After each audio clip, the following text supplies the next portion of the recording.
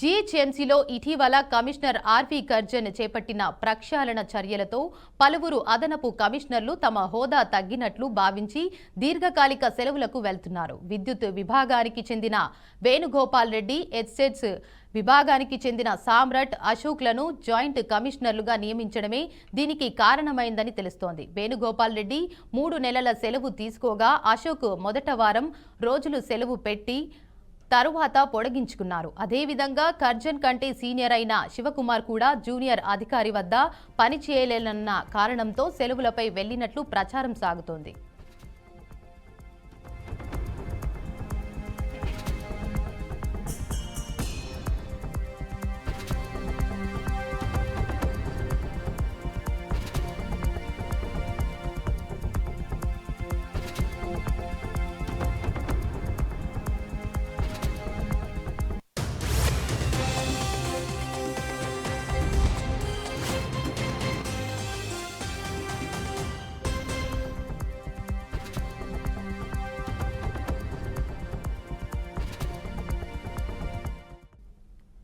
ఇక Prasadarao committee సిఫారసులను commissioner పాక్షికంగా మాత్రమే అమలు చేస్తున్నారని పలువురు విమర్శిస్తున్నారు.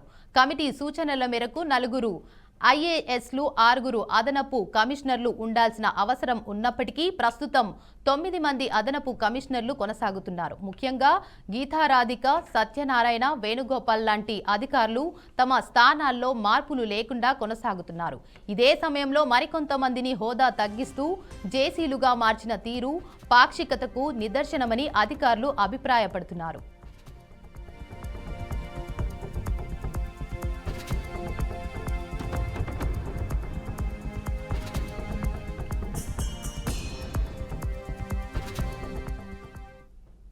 బల్దియాలో అధికారుల నియామకాలు, బదిలీలు, ప్రక్షాళనల వెనుక పురపాలక శాఖలోని ఓ కీలక అధికారి సూచనలున్నాయన్న ప్రచారం బలంగా వినిపిస్తోంది.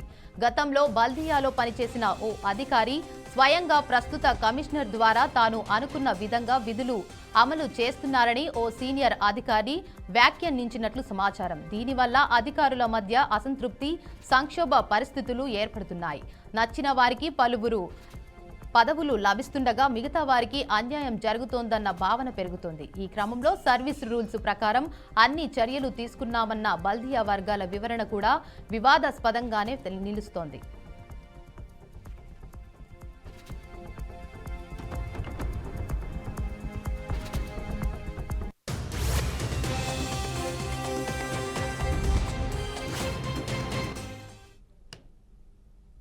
ఇక దీనిపై మరింత సమాచారాన్ని మా ప్రతినిధి రాజేంద్ర అందిస్తారు. రాజేంద్ర.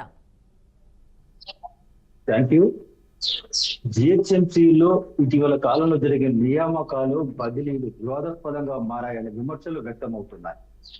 కమిషనర్ ఆర్వి కర్ణన్ ప్రక్షాళన పర్వం చేపట్టిన నేపథ్యంలోనే పలు అధికారుల బదిలీలు, నియామకాలు జరిగాయి. అయితే ప్రసాదరావు కమిటీ సిఫారసు మేరకు నియామకాలు, బదిలీలు జరగలేదనే విమర్శలు విస్తృతంగా వ్యక్తమవుతున్నాయి. తమ హోదాకు తగ్గట్లుగా పదవులు లభించలేదని పలువురు అధికారులు కూడా అసంతృప్తితో ఉన్నట్లుగా ప్రచారం జరుగుతుంది. స్థాయికి తగ్గ హోదా లేకపోవడంతో కొందరు అధికారులు ఏకంగా సెలవులు పెట్టి వెళుతున్న పరిస్థితులు కూడా జిహెచ్ఎంసీలో కనిపిస్తుంది. జూనియర్ల వద్ద పనిచేయాలంటేనే ఇబ్బంది పడుతున్న నేపథ్యంలోనే సదరు అధికారులు సెలవు పెట్టి వెళ్తున్నట్టుగా కూడా విమర్శలు వ్యక్తమవుతున్నాయి. జిహెచ్ఎంసీలో గత కొంతకాలంగా నెలకొన్న సమస్యలను పరిష్కరించే నేపథ్యంతో పాటు అనేక సంవత్సరాలుగా తిష్టవేసిన అధికారులను కదిలించి ప్రక్షాళన చేసేందుకు ఆర్వి కర్ణన్ పలు కార్యక్రమాలు చేపట్టారు. అయితే ఇది కాస్త వివాదాస్పదంగా మారడంతో పలు అంశాలపై తీవ్రమైన విమర్శలు వ్యక్తమవుతున్న పరిస్థితి ఉంది. జిహెచ్ఎంసీలో గతంలో పనిచేసి వెళ్లిన ఓ ఉన్నతాధికారి సూచనల మేరకే ప్రస్తుతం జిహెచ్ఎంసీలో నియామకాలు, బదిలీలు జరుగుతున్నాయనే విమర్శలు మాత్రం ఎక్కువగా వినిపిస్తున్న పరిస్థితి కనిపిస్తుంది. ప్రక్షాళన పర్వం మాట ఎలా ఉన్నప్పటికీ ప్రస్తుతం జరిగిన నియామకాలు, బదిలీలు మాత్రం వివాదాస్పదం కావడంతో కమిషనర్ కు తలనొప్పిగా మారిందని చెప్పేసి భావించవచ్చు. ప్రజా సమస్యల పరిష్కారం కోసం విభాగాలను ప్రక్షాళన చేసి విస్తృతమైన సేవలు అందింపచేసేందుకు జిహెచ్ఎంసీలో అనేక మార్పులు, చేర్పులు చేస్తున్న క్రమంలోనే తాజాగా జరిగిన అధికారుల నియామకాలు, బదిలీలు వివాదాస్పదం కావడంతో ప్రభుత్వం కూడా దృష్టి పెట్టాల్సిన పరిస్థితి ఏర్పడింది. ఏదేమైనా అనేక సంవత్సరాలుగా ఒకే పదవిలో కొనసాగుతున్న కొందరు అధికారుల తీరు పట్ల అసంతృప్తులు నెలకొన్న నేపథ్యంలోనే ఆర్వి కర్ణన్ ఆ బదిలీలను నిర్వహించాలని కూడా ప్రచారం జరుగుతుంది. అయితే సదరు హోదాకు తగ్గట్టుగా తమకు పదవులు లభించలేదని సదరు అధికారులు అసంతృప్తితో ఉన్నట్టుగా కూడా తెలుస్తుంది. ఏది ఏమైనా ఆర్వి కర్ణన్ నిర్వహించిన ఈ ప్రక్షాళన పర్వం మాత్రం ఒక వివాదాస్పదం కావటం, జిహెచ్ఎంసీలో గందరగోళ పరిస్థితి నెలకొనడానికి కారణమైన నేపథ్యంలోనే నియమితులైన అధికారులు తిరిగి వారి విధుల్లో చేరతారా లేదా దీర్ఘకాలిక సెలవుల్లో వెళతారా అనే ఒక అంశం మాత్రం ప్రశ్నార్థకంగా మారింది. అయితే రాజేంద్ర, ప్రసాద్ రావు కమిటీ సిఫారసులను కమిషనర్ ఆర్జీ కర్ణను పూర్తి స్థాయిలో అమలు చేస్తారంటారా? ప్రసాదరావు కమిటీ సిఫారసు మేరకు 4 ఐఏఎస్ అధికారులు, 6 అదనపు కమిషనర్లు ఉండాల్సిన పరిస్థితి ఉంది. అయితే ఇప్పుడు జిహెచ్ఎంసీలో 9 మంది అదనపు కమిషనర్లు మాత్రమే పనిచేస్తున్నారు.